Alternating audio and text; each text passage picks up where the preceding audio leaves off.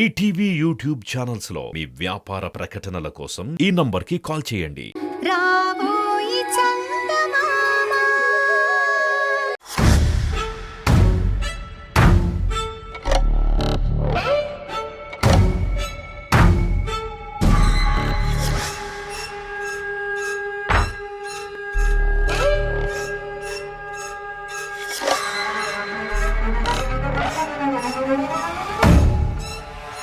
బాబు భరత్, ఇది కళ నిజమా? నేను నమ్మలేకపోతున్నాను బాబు. డిట్టో ఇద్దరు అచ్చుగుద్దినట్టు ఒకేలా ఉన్నారు.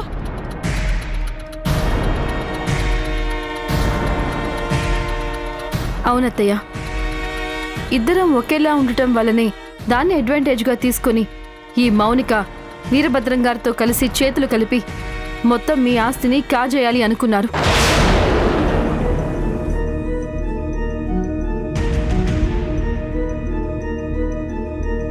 అన్యాయంగా కౌశిక్ని పొట్టన పెట్టుకున్నారు.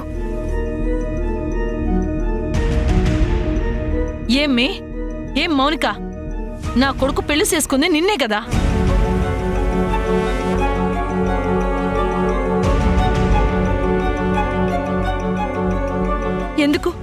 ఎందుకమ్మా వాణ్ణిట్ట మోసం చేస్తుండవు? ఆడేం చేసినాడు? నువ్వంటే ఇష్టపడినాడు.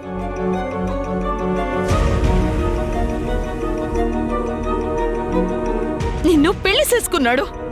నీతో కలిసి సుఖంగా జీవితం గడపాలి అనుకున్నాడు.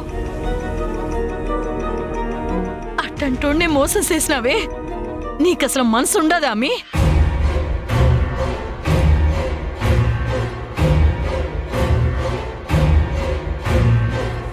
నువ్వు నేరుగా వచ్చుంటే ఈ ఆస్తి మొత్తం నీకే ఇచ్చుండేదాని కదా.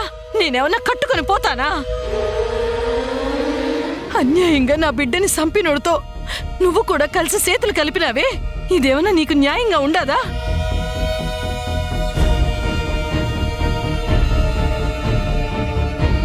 ఎంత సెడ్డా నా కొడుకు నేను కట్టుకున్న భర్త. ఎవరైనా మొగుడు ప్రాణాలు ఈ విధంగా తీస్తారా? నేనేమి మీ కొడుకు ప్రాణాలు తీయాలి అనుకోలేదు. నేను అనుకున్న లైఫ్ నాకు ఇవ్వట్లేదు, అందుకే నేను వదిలేసి పక్కకు వెళ్ళిపోయాను.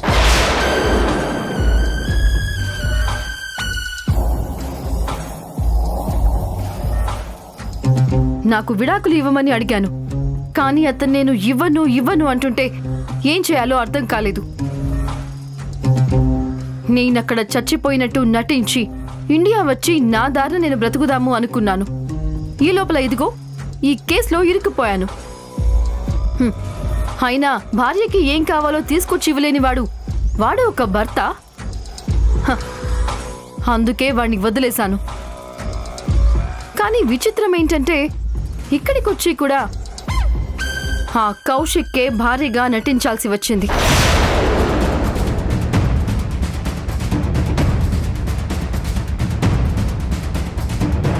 చూసినావా అమ్మి, ఎట్ట మాట్లాడుతా ఉండదో చూసినావా? కనీసం ఆ అమ్మి కళ్ళల్లో భర్తని సంపేసినారన్న చిన్న బాధ కూడా కనిపించట్లేదమ్మి.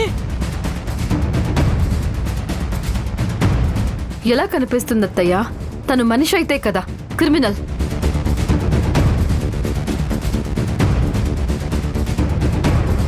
క్రిమినల్కి ఇలాంటి బుద్ధులు కాకపోతే మంచి బుద్ధులు ఎలా వస్తాయి? Shut up.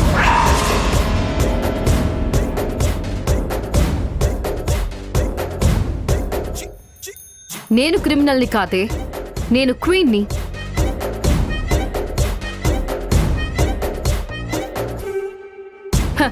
ఎప్పటికైనా నేను బయటికి వస్తాను, నువ్వు మళ్ళీ ఇదే జైల్లో పడి ఉంటావు.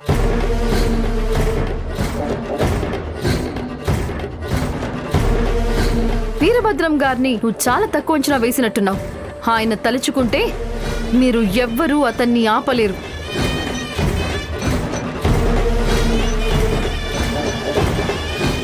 అలా చూస్తూ ఉండు, నీ కళ్ళ ముందే నేను బయటికి వస్తాను.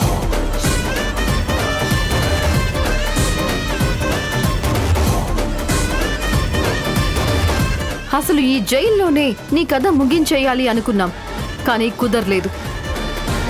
ఈ జైలర్తో చేతులు కలిపి నువ్వు నీ భర్త కలిసి నన్ను ఇరికించారు కదా. కానీ ఈ సంబంధం ఎక్కువ రోజులు ఉండదు. నువ్వలా చూస్తూ ఉండు. ఆ వీరభద్రం వస్తాడు, మీ అందరి అంతూ చూస్తాడు, నన్ను ఖచ్చితంగా బయటకు తీసుకొస్తాడు. ఇక నువ్వు మౌనికగా ఇక్కడే ఉండిపోతావు. నేను నీ ప్లేస్లో ఉండి చంద్రికగా ఈ దేశం వదిలిపెట్టి వెళ్ళిపోతాను. నేను కోరుకున్న నా జీవితం నాకు దక్కేలా చేసుకుంటాను. It's my challenge.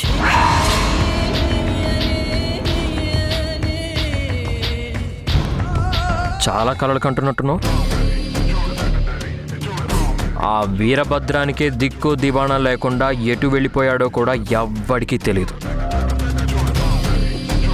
నువ్వు జీవితాంతం ఇక్కడే ఉంటావు, బయటికి రావు. నువ్వు బయటికి రావాలనుకున్నా నేను మాత్రం రానివ్వను. కావాలంటే నీ మీద ఇంకో 4 కేసులు వేసి లైఫ్ మొత్తం జైల్లోనే ఉండేలా చేస్తాను.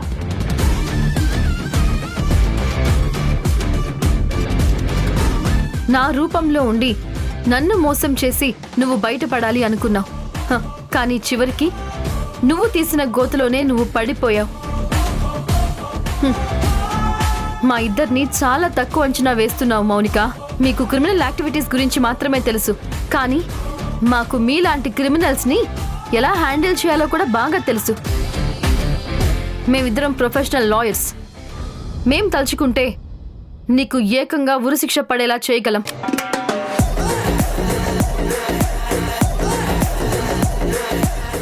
కనీసం నీకు పుట్టిన బిడ్డైనా, అదే నా మనవరాలు, యాడుండదో నీకేమైనా తెలుసా? అవన్నీ మీకు చెప్పాల్సిన అవసరం నాకు లేదు. ఆ బిడ్డ నాది, నా సొంతం. దాని గురించి మీకు చెప్పాల్సిన అవసరం నాకు లేదు.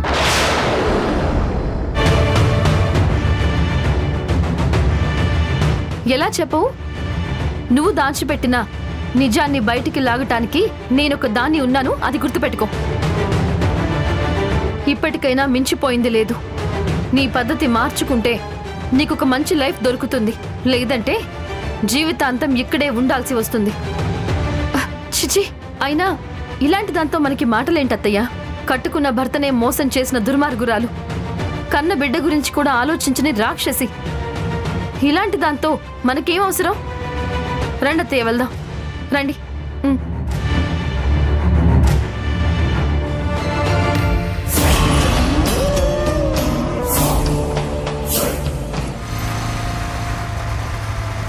నమస్తే మేడం. నమస్తే. నీకోసమే వెయిట్ చేస్తున్నాను. ఏంటి, ఏమైంది? డీటెయిల్స్ తీసుకొచ్చావా? ఎస్ మేడం, తెచ్చాను. ఇదేనా మొత్తం లిస్ట్? అవును మేడం. ఆ రోజు ఇన్సిడెంట్ జరిగిన టైంలో 1 గంట ముందు, గంట తర్వాత ఇక్కడున్న టవర్స్కి ఏ ఫోన్స్ నుంచి సిగ్నల్స్ వెళ్ళాయి అనేది ఒక లిస్టు తయారు చేసి ఇచ్చారు మేడం.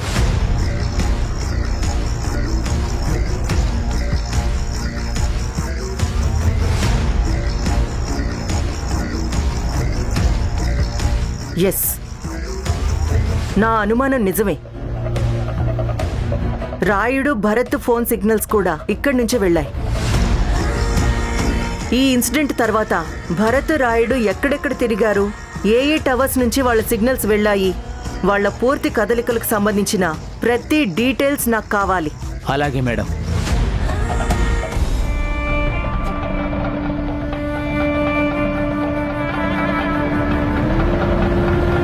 రేయ్, ఎంతసేపు అయిందిరా ఇంజెక్షన్ చేసి? 4 గంటలైంది.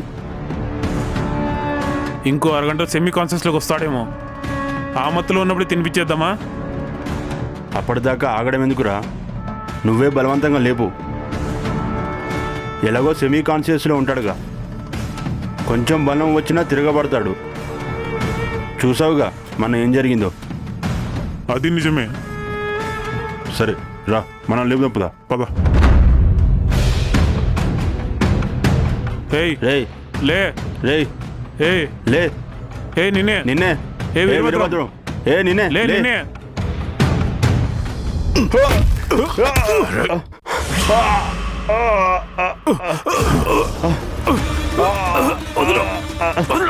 రేయ్, వదలవండి. రేయ్, ఏమిరా నన్నే పొందిద్దాం అనుకున్నారా? నేను పిల్లిని కాదురా, పులిని. నా పంజా దెబ్బ నుంచి తప్పించుకొని బయటపడ్డాం ఎవరి తరం కాదో. ఏయ్, మర్యాదగా వాడిని వదులు, లేదంటే ఈ రోజు నా చేతిలో చచ్చిపోతావు. వదులు, వదలరా. రేయ్, రేయ్, నీకే చెప్పేది. రేయ్, రేయ్, ఏం చేస్తున్నావు? రేయ్.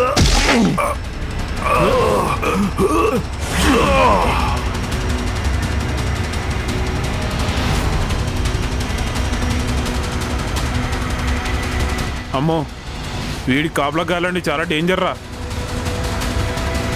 ముందు భరత్ గారికి ఫోన్ చేయాలరా.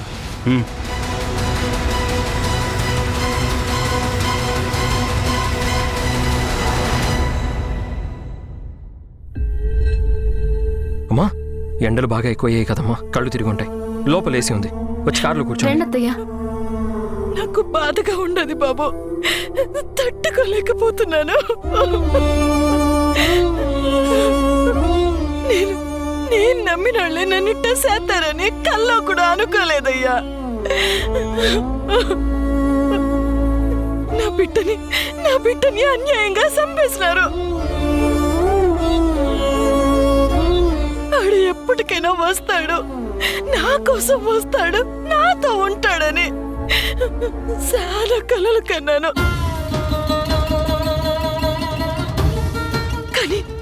కానీ నా కోసం వచ్చిన నా బిడ్డ నా కళ్ళ ముందే శవంగా మారుతాడని నేను అస్సలు అనుకోలేదు. ఎవడో పకోడు సంపుంటాడు అనుకున్నానే కానీ నన్ను కట్టుకున్నాడే సంపుంటాడు అని అస్సలు అనుకోలేదయ్యా. ఆ వీరభద్రాన్ని ఎంత నమ్మినానో తెలుసా? నా భర్తను పోగొట్టుకొని బిడ్డతో నేను ఒంటరిగా మిగిలిపోయిన రోజు నన్ను పెళ్లి చేసుకుంటానని ముందుకొస్తే ఎంత మంచి మనసున్నాడో అని పొంగిపోయినాను. నా బిడ్డ దూరంగా పోయి చదువుకుంటానమ్మా అంటుంటే ఆడు బాగా ఎదగడం కోసం వెళ్తున్నాడు అనుకున్నాను, కానీ ఆ మనిషి భయానికే పారిపోతున్నాడని అస్సలు అనుకోలేదమ్మా, అస్సలు అనుకోలేదు. ఆడి దురదృష్టం కాకపోతే ఆడు పెళ్లి చేసుకున్నా ఆ అమ్మి కూడా ఎట్ట ఉండదు చూడు.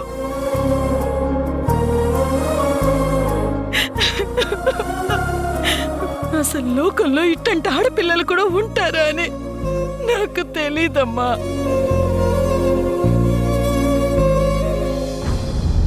వదిలిపెట్టకూడదమ్మా. ఆ ఈరభద్రం యాడున్నా సరే ఆడిని పట్టుకొని ఆడికి తగిన శిక్ష పడాల్సిందే.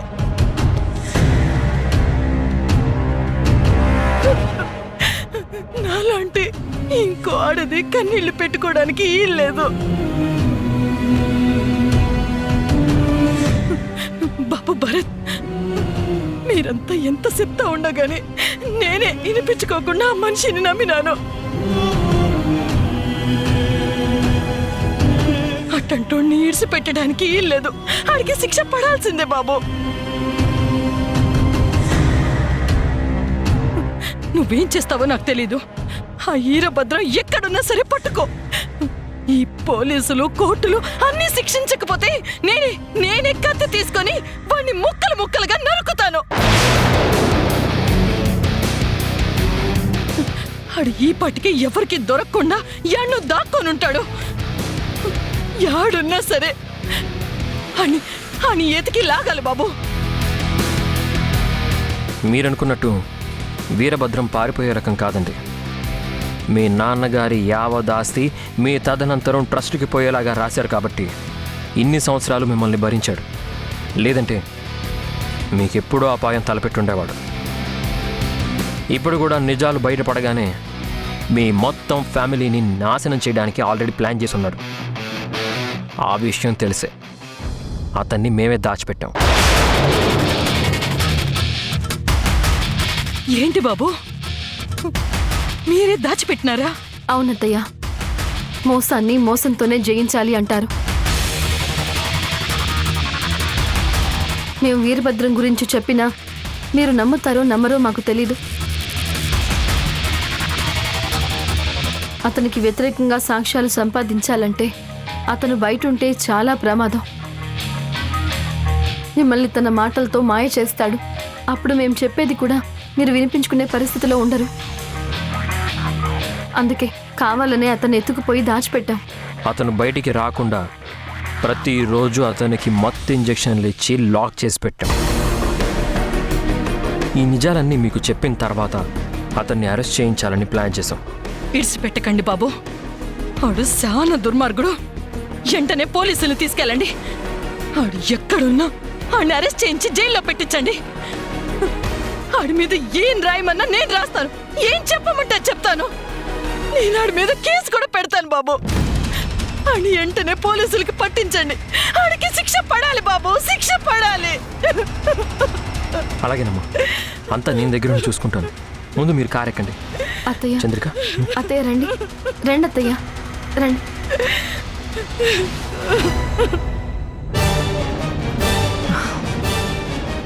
ఇతనేంటి ఇంకా రాలేదు? ఎప్పుడో వస్తానన్నాడు, ఇంతవరకు రాలేదు. డబ్బులు మాత్రం డిమాండ్ చేసి మరీ తీసుకున్నాడు. అయినా టైంకి వచ్చి ఇవ్వాలన్న జ్ఞానం మాత్రం లేదు. ఛ, సమయానికి నా చేతిలో పవర్ లేకుండా పోయింది. ఇదే గనక ఈ పాటికి నేను డిపార్ట్మెంట్లో ఉండుంటే వీళ్ళందరి సంగతి తేల్చుండేదాన్ని. ఛ,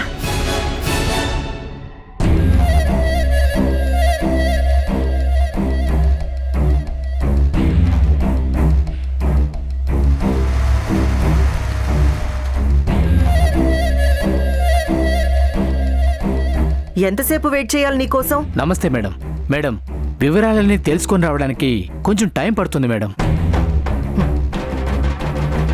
ఏం వివరాలు తీసుకొచ్చావేంటి?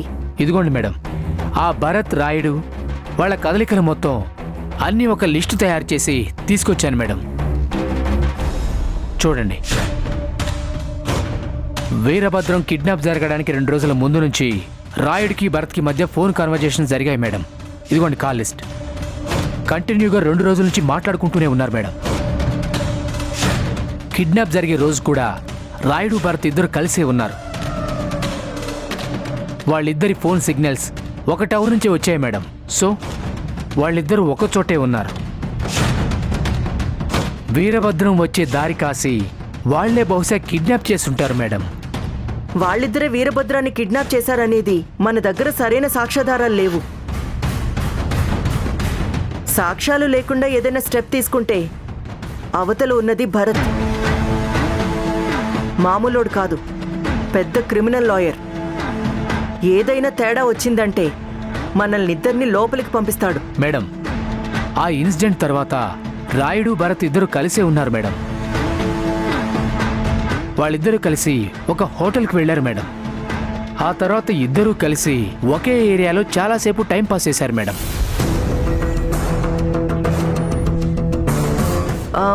అది ఏ ఏరియా?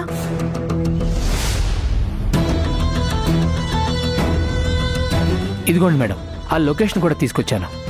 అయితే వెంటనే నాకు ఫార్వర్డ్ చేయి. ఓకే మేడం, పంపించాను మేడం. సరే, నువ్వు వెళ్ళు, నేను చూసుకుంటాను. Okay madam.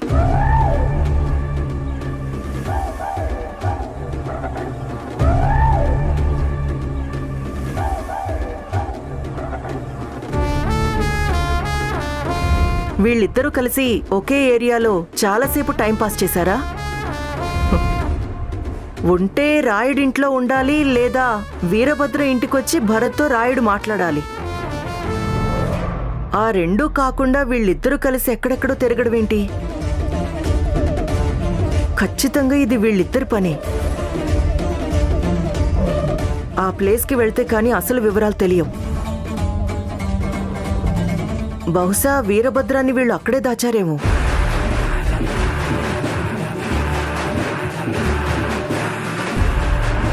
ఎస్, అనుమానం లేదు, ఖచ్చితంగా ఆ ప్లేస్లోనే దాచుంటారు.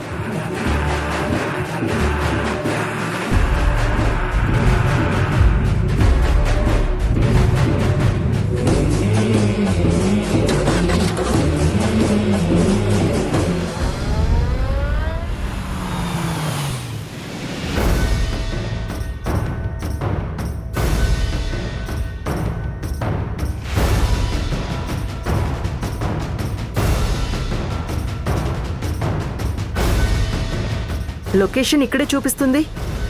ఇక్కడ ఏం కనిపించట్లేదు.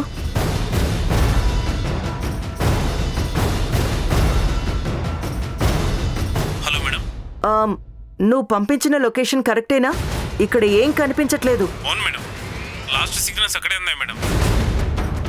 సరే, నేను చూస్తాను. Okay madam.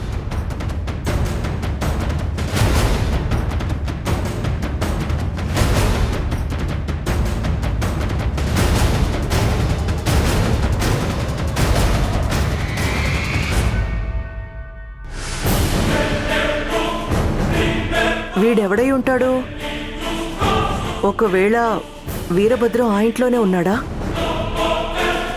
వీడండర్లోనే ఉన్నాడేమో. చూద్దాం.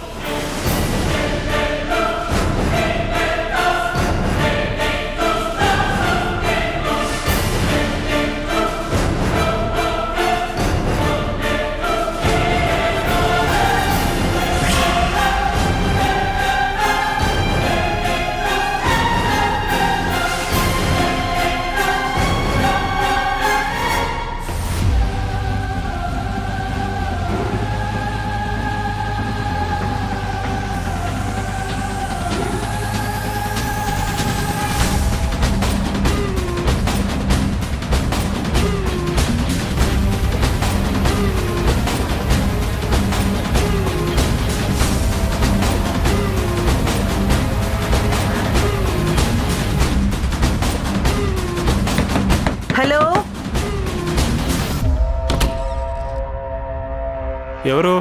ఎవరు కావాలి? ఇక్కడ నరేష్ అని. అరే నరేష్, ఎలా ఉన్నావు? హలో, నా పేరు నరేష్ కాదు, సుధీర్. మీరు ఎవరిని చూసి ఎవరు అనుకుంటున్నారు? అరే రే రే రే, అది ఏంటి నరేష్, పేరు మార్చుకున్నావా? నువ్వు సుధీర్ ఏంటి? సుధీర్ మీ అన్నయ్య పేరు కదా? అరే, లోపలికి వస్తావేంటి? అసలు నువ్వెవరో కూడా నాకు తెలియదు కదా.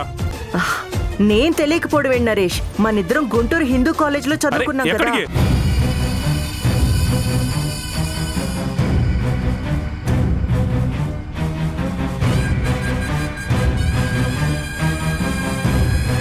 అసలు విషయం గాని ఇప్పుడు లచ్చమ్మకి చెప్పినానంటే ఏమైతుందో తెలుసునా?